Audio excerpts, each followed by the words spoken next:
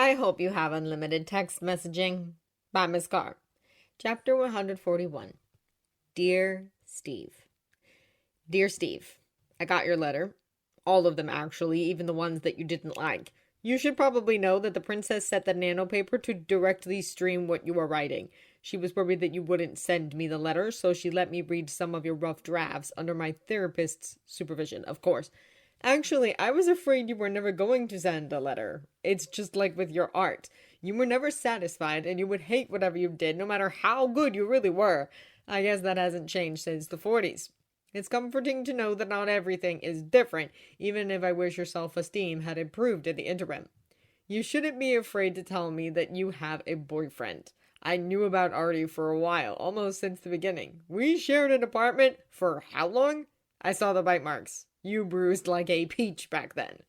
I didn't say anything because how it was when we were growing up.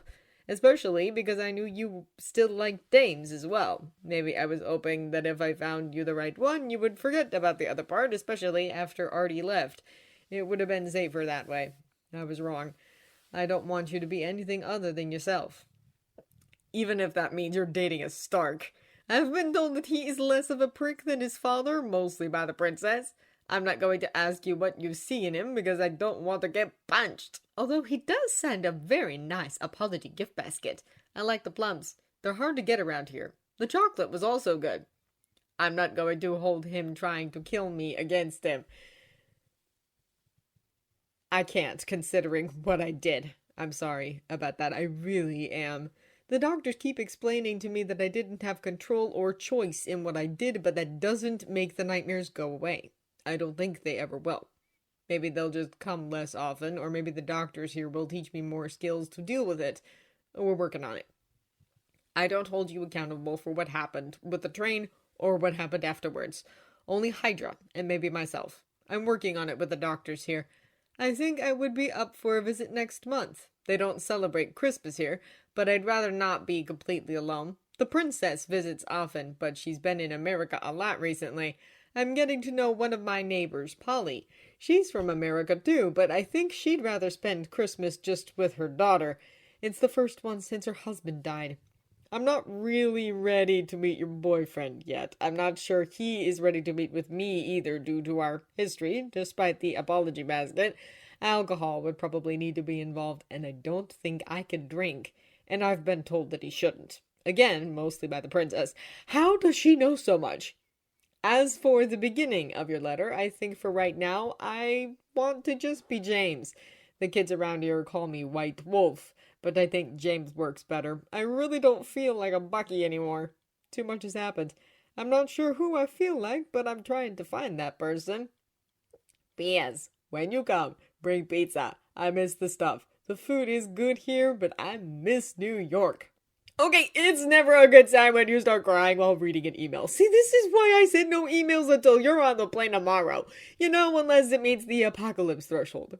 It was a letter from Bucky, or rather my James. Friday decrypted it. Okay, that fixed the apocalypse threshold.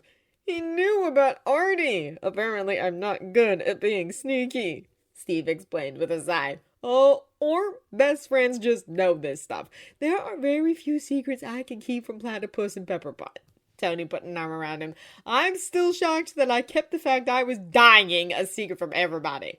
I think in that case, they probably knew but didn't want to know, and therefore didn't talk about it because they were afraid.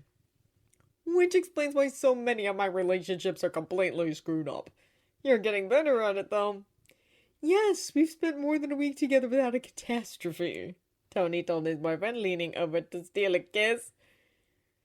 You're going to want to write a response now, Tony asked. Yes, because I want to spend our last night together without worrying about everything else. Good boyfriend, Tony said, still in another kiss. I'll go ask Friday if there have been media reports on a prison riot in the LA area yet. No public reports, Friday responded, and I'm going to wait until Wheels Up tomorrow to ask if there are S.H.I.E.L.D. reports. That's probably best, Steve said, kissing Tony one last time before focusing on writing. Dear James, of course you knew about Artie. Tony says best friends always know stuff like that. I should have known that you would know, but I was just scared and I wasn't ready to talk about it. Honestly, a part of me was hoping that if I had the right woman, the other part would go away too. That's how people thought back when we were growing up. I thought Peggy could be that one. Maybe she could have been if things were different, but I wonder if it would have been enough. What I feel for Tony is completely different, all encompassing, in a way, but it's real. I love him.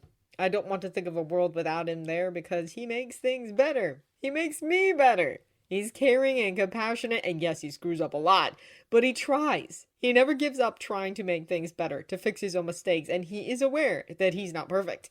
He's not trying to be. He is also well aware of how badly Siberia went. We all made a lot of mistakes. I should have went to Tony directly instead of assuming that he wouldn't help us. I should have told him about what Hydra did to his parents before we knew what they made you do. If he had time to process, I think he would have dealt with the situation very differently. But you can't change the past. You can only move forward. You're right, he isn't ready to see you yet, but I am.